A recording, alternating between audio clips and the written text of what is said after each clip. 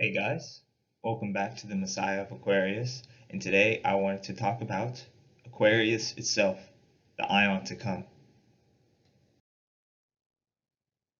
The passing Aion has been marked by Pisces, where the two fish, Christ and Antichrist, have battled in man's hearts for the past 2,000 years.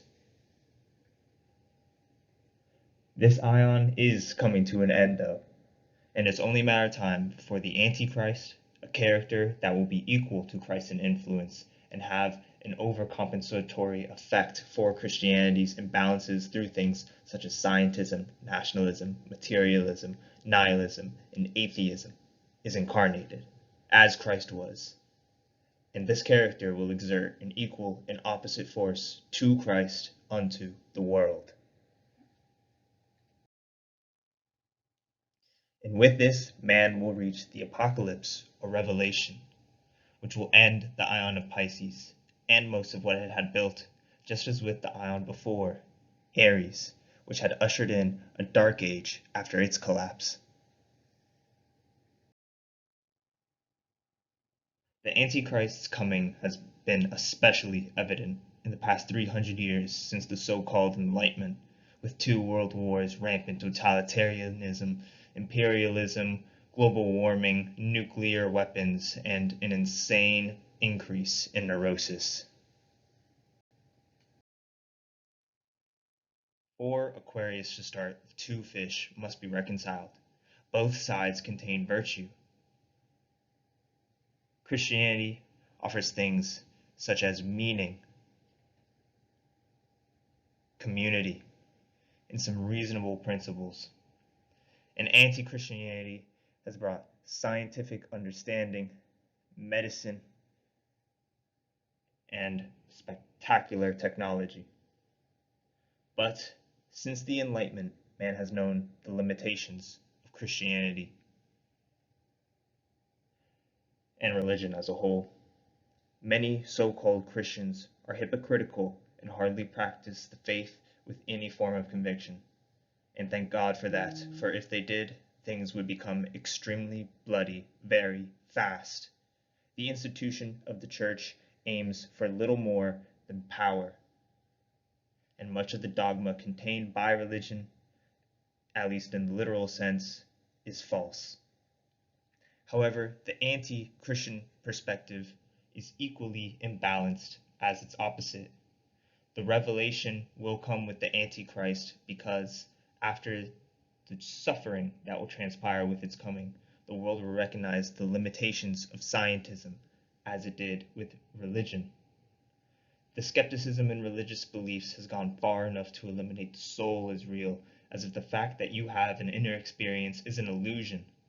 The nihilism which comes with atheism puts one into a state where there is no meaning to being, and nothing is truly good or bad, which becomes an easy excuse to do bad.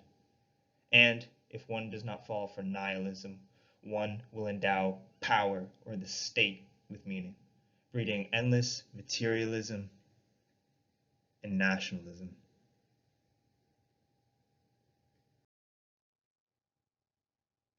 Only with the hindsight of both perspectives' full consequences after the Antichrist can these opposites be reconciled and unified into a transcendent worldview. It will be this worldview that marks a water bearer in the Aion of Aquarius. In the following Aion, the two fish will have both of their virtues and limitations revealed to the individual so that the middle path can be found.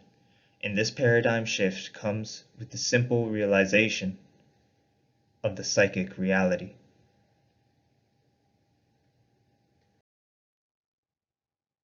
The psychic reality is a field of experience that is within rather than without. One's fantasies, emotions, thoughts, and dreams are some aspects of this inner world.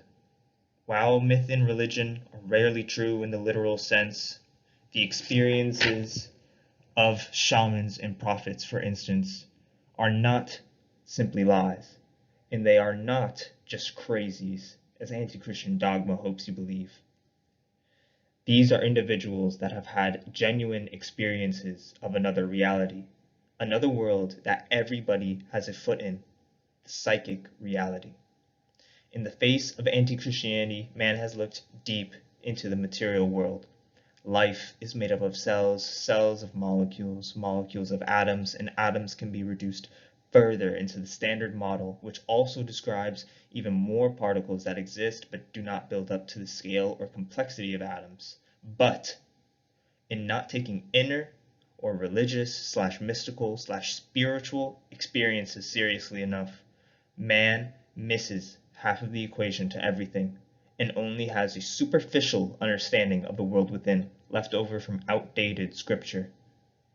In fact, psychology is the farthest man has come to understanding this realm of experience. There's also the occult and New Age stuff, but that's about as effective as scripture. And of the scripture and such that is effective, it's verily narrow, regardless of how deep it goes. However, cross-referencing and testing these methods from varying fields does have the potential to take one quite far within. Thank you for watching.